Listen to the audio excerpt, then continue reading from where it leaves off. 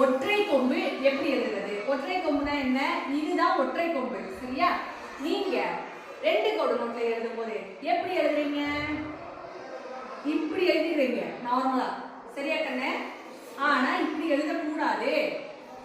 எப்படி எழுதணும் அப்படின்னா, இங்க பாருங்க, கவனிச்சு, இந்த மேல வருதுல, இப்படி மேல இந்த கோட்டுக்கு மேல இப்படி தூக்கி போடணும். இந்த கோட்டுக்கு மேல இப்படி இந்த இடம் இப்படி தூக்கி வரணும். என்ன கண்ணு? இதுதான் கரெக்ட், இதுதான் சரி. ஒற்றை கொம்பு இப்படிதான் எழுதணும். இப்போ இங்க மேம் எழுதிருக்கேன் பாருங்க, கெண்டி, தெரு, கட்டெரும்பு, எண்ணெய், செங்கல், நெல் எழுதிருக்கேன்னா எல்லாத்துலயுமே ஒற்றை கொம்பு இருக்கா இல்லையா? இங்க பாருங்க, இங்க பாருங்க, இப்படி கோடு ரெண்டு கோடு போட்டோம்னா இது மேல தனியா இருக்கணும், இதுதான் சமமா இருக்கணும், சரியா கண்ணு? இங்க பாருங்க,